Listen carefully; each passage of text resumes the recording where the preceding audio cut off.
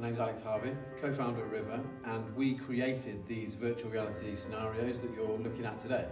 To make it as realistic as possible, we have to use photogrammetry, which is a different way of creating 3D assets. When we do photogrammetry, it is literally copying the real world. Instead of making a 3D object from scratch using software, we are using photos to take thousands of photos of an object, person or place and render that into a 3D model that can be put straight into virtual reality.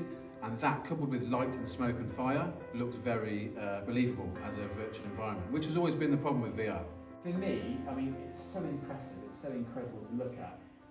For you, that sense of achievement, I mean, how far you've come in terms of creating these scenarios, I mean, how does that make you feel? It's amazing now to see actual firefighters using the photorealistic investigation software, because it's been in development and being tested for probably 3 or 4 years now.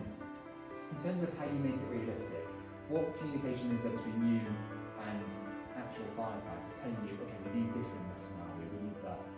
A lot of them are absolutely blown away with the photorealism of it, because a lot of virtual environments you put the headset on and it looks quite like The Simpsons or a cartoon world. We like to push away from that, as our name implies, that we like to have reality and virtual reality. The biggest thing over the last sort of 3 or 4 years is knowing the amount of people that are not going through the real world burn containers now, they're going through the virtual environments, so they're now not breathing in that carcinogenic smoke and poisonous toxins into their lungs. You can do a lot of the training inside virtual reality, but you're still going to have to go and do that real thing as well. One of my favourite scenarios is an office scenario, which we often put people through, and because one of the main roles of a fire investigator is to find out if the causation of the fire was arson or not arson.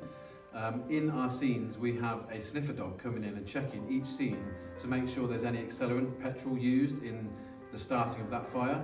And the office scene was my most favourite one to shoot because we had to throw a brick on fire through the window of the container. So there was obviously quite a lot of fun in creation of these scenes as well, but we made them with firefighters. We had 3 different firefighters helping us to make sure that every scenario was based on how they do their training now.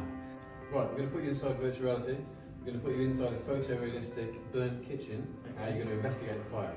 Okay, brilliant. So put this on, we'll just tighten the back a little bit and make sure this cable's down the back. Keep turning now. There you go, stop there. And now, can you reach out with one of your hands and pick up the red sink bowl? So touch it with the blue and then pull the trigger and then lift it up towards your face. I can see what's inside of there, Ben. That's it. Now with your other hand, let's pick up the torch. So above your head, look above your head, second from the left, there's a torch. Oh yeah, you grab trigger, highlight it first. Touch it with the blue ball.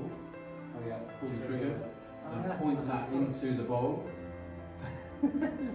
Now we can look in a lot more detail and see inside that bowl if there's anything of evidential value. That's it, you just took a photo. Oh, yeah. So now you can take limited photos. The memory card's never going to fill up inside this environment. You just take as many as you like. What we're going to do is just look at the causation of the fire. So we're going to bring this button up, and in front of us you'll see a thing that says videos. Yeah. So click on videos and pull the trigger. So now we'll click burn. And this is what we can't do in the real world. We can't replay the scene over and over again. Yeah. So what we're doing here is saving £5,000 every time we replay this scene. And that's what they do here. They have real world burn containers that they can go and do out on site.